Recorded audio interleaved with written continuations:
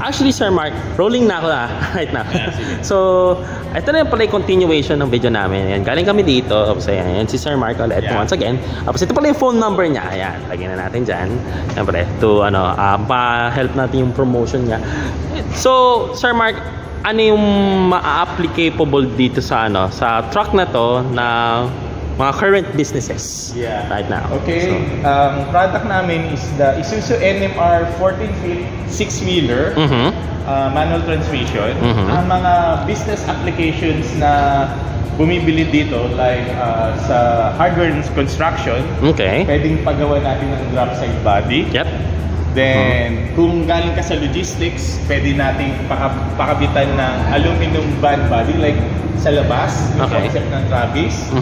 Then, for instances, may mga business na into shuttle business. So, katulad ng Travis na shuttle body, pwede rin. Then, yung isa pa, yung kung meron ka mga frozen products of cold storage manufacturing, pwede ring refrigerated. Yun yung mga applicable business na papasok dito. Yeah, yun yung mga usual na nakikita rin natin sa daan. So, pwede naman natin silipin lang? Yes, okay. Naka-open naman siya kasi this is the cab and chassis namin, variant. Makina niya is yung 4JJ1 3.0 turbo diesel, Euro 4 engine. Andun sa gilid yung pinaka-turbo charger niya, yung filter niya, air filter, air duct. Ayan, ito. Ayan ang turbo charger. So ito yung air filter. Yes, it goes up. That's the air filter hood scoop. Okay. Nice. It's really, ang fascinating tignan na-expose siya ngayon dito. Okay, so yun yung, ilang liters yan, Sir Mark? This is a 100-liter capacity. Yan, pinaka-expose na yung pinaka-fuel tank niya kasi wala pa siyang rear body. So yun, may kita mo yung differential. At saka yung pinaka-bungo niya, yung rear end differential with yung couplings niya sa 4-wheel sa likod. So ito yung buong prop shaft right over there. Crankshaft, So ito yung probably mufflers na to. Ito yung pinaka-filter niya kasi may catalytic converter. So ang Euro 4 kasi meron siyang filter para ang end product o yung pinaka-carbon niya masasala pagdating sa end pipe. So halos walang usok, walang carbon na mag-i-emit siya. Okay, that's nice. Tama ba? Ayun yung catalytic? Yes, itong pinaka. Itong yung catalytic? Yes, may filter yan. Actually meron rin sa harap. Yung EGR niya, yung gas. Exhaust gas recirculate. So binabalik rin niya dun sa engine yung excess na gas para recycle yung combustion. Okay, so ito naman yung battery 2SM? Dalawang 2SM kasi nga truck to. So usually ang mga truck maraming auxiliary lights, refrigerated type to, so need ng talagang high capacity output for the wattage. Yun ang gamit nun. Okay. So ano naman natin, tingnan natin yung mga tire spec natin. Okay, 5 lug nut spec? 1, 2, 3, 4, 5. Bali, siya, 5 stud tama. Okay, 5 stud. Double tire. And para lang sa mga hindi pa nakakaalam, may specific driver's license ka para makapagmaneho nito? Actually, categorized kasi ito ng below 4,500. So kahit mga class 2 or B. Sige, gawin natin yung old style, yung 1, 2, 3. Yes, 1, 2, 3. So category 2 and category B, basta below 4,500 ang dinadrive mo, so pasok siya. Kasi ako, ang class ko is around parang 1 and 2. 1 and 2, so pasok pa rin dito. Pasok pa rin ako dito. Kasi below 4,500 kilos. Kasi yun ang pinaka-GBW niya, 4,490. So pasok yung driver's license mo dito. Perhaps alam mo naman yung model na yung Isuzu Forward, yung mas malaki. Yung mas mahaba, yun yung 3? Mas malalaki, yes. Class 3 naman siya. At saka boost. Class C, or restriction C sa driver's license. Okay, so check lang natin yung mga taillights natin. Ayan naman. So obviously, all halogens naman. Yes, all type. Yan. Dito naman yung mga plate numbers. Pero just to keep you in mind, kapag ka nandito na yung mismong body, di ba na po yung ano niyan? Yeah, actually, inaan nila yan, dito. Nire-relocate nila yan basta na-mount na yung pinaka-body application na ilalagay dito. Yeah, okay. Tapos ito yung spare single tire. Okay. Spare tire, yes. Okay, spare tire. Okay. Actually, pwede naman nating tignan na yung loob. Yes, pwede naman. Okay. So, ano naman nakita naman natin yung fuel tank and all that. So, yung grab handles. And okay. So, leather na rin siya. Leatherette ba? Yes. Actually, parang synthetic. Synthetic. Pero it's still soft. Yeah, it's still manageable naman. Eto yung seatbelts natin. That's good. Okay, solid na lang natin. Oh, okay. Pwede mo upuan. Sige lang. Okay, so atras lang natin ang konti. There you go. Tapos ito yung grab handles nito. Very useful. Napaka-useful. Okay. Right. Yan. 2-spoke steering wheel na rin siya dito. Okay. Tapos yung mga yung air vents pala na to yung yung patayo. Yes, okay. Alright. Tapos okay, yung cambio niya pala dito. Ang cambio niya pala yung reverse ay paakyat. Yes, yung ano niya, yung reverse niya. Yeah, para yung kinta pababa. Yes, tama. Parang Euro, yes, Euro spec yung pinaka niya, gear transmission niya setup. Wala na, perhaps wala na tong black no? Parang parang wala na clutch, pagka-clutch mo. Ganun. So,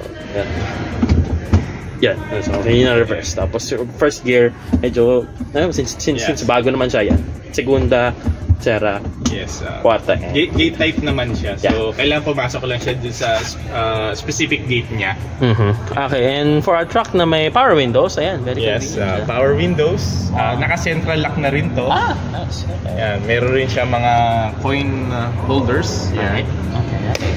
Ang kagandahan nito, since is 6-wheeler truck, pagka fully loaded nito, added brake features nito, ito meron siya parang additional air brake.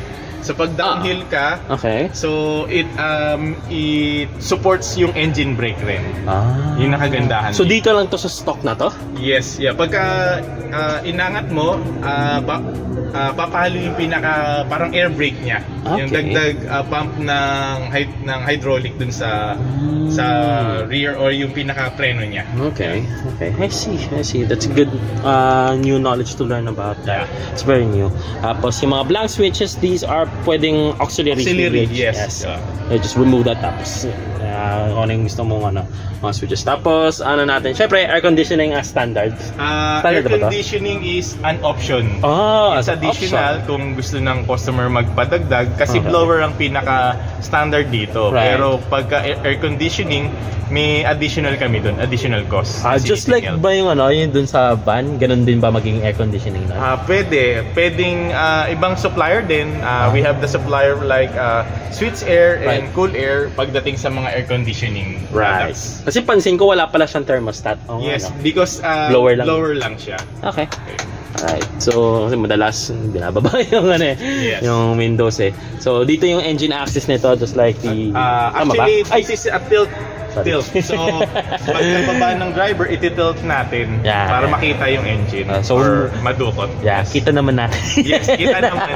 Wala naman tayong aayusin, so no need to tilt back. So, ayan. Naman, leather synthetic. Okay, it's good to know. Tapos meron pa tayong map light. Map lamp. Nasa gitna yung map lamp. So dual yung visors niya. Okay. Tapos dual visors, pati passenger may visor rin. As usual, kasi malapad yung windshield natin. Tapos yan yung natin, rear view mirror.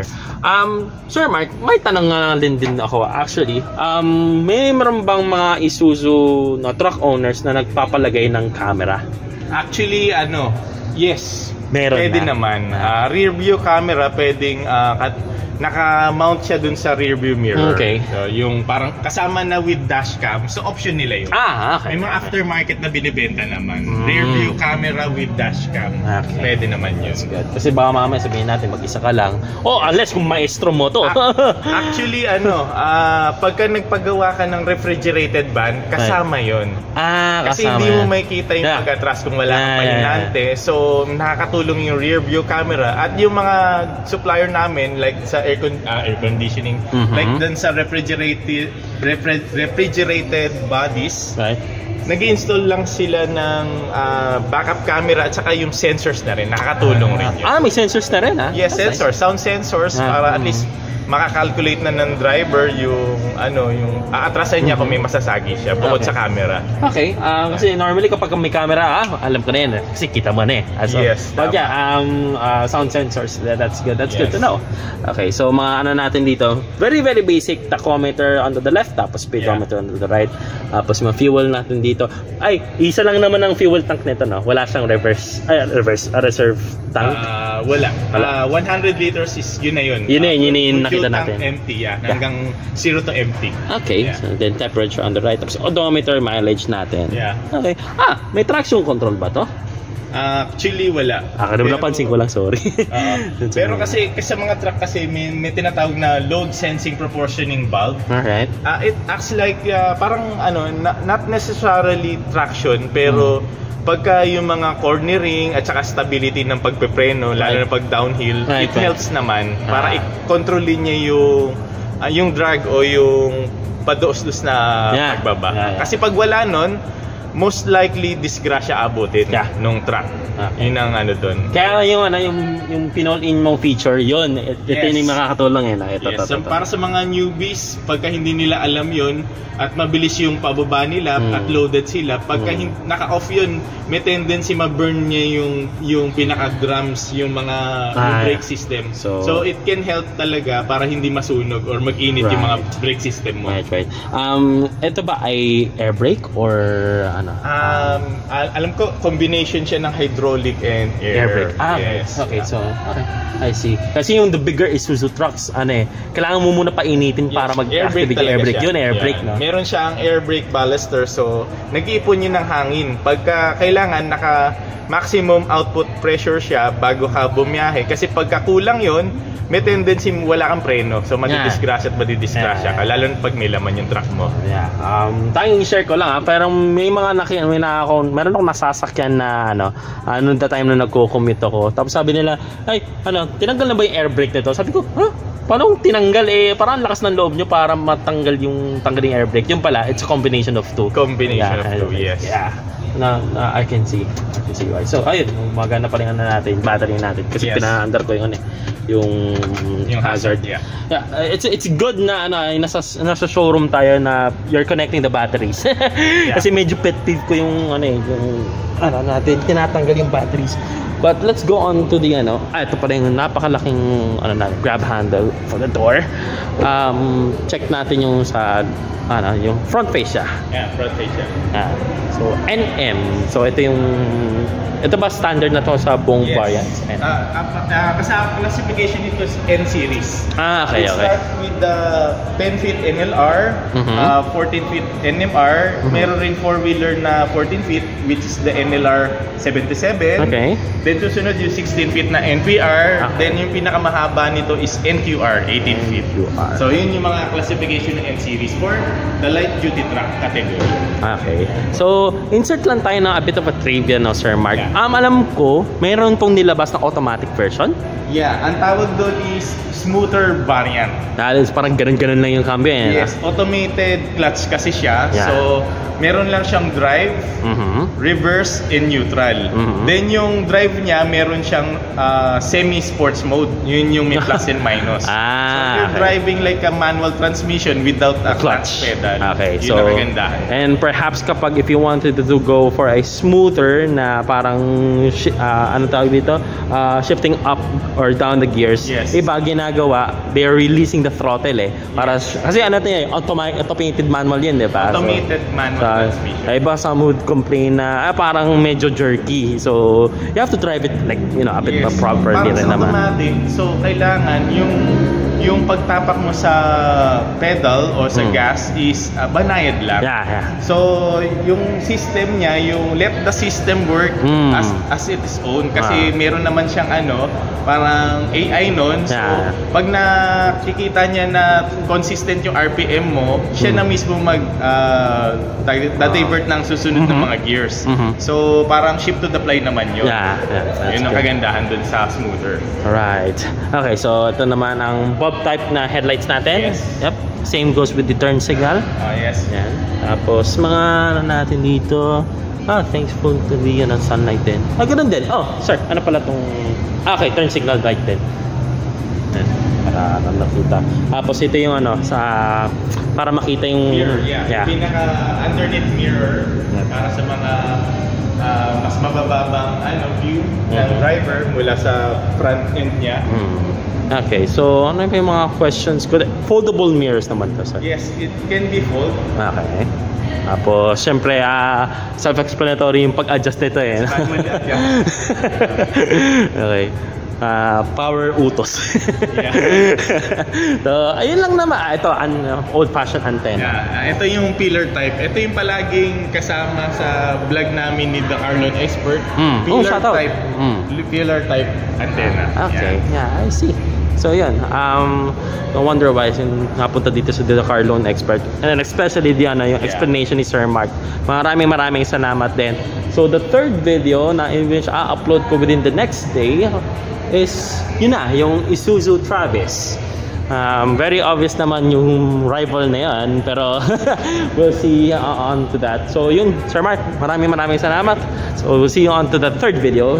Yan. So yan. Sige, punta na tayo doon.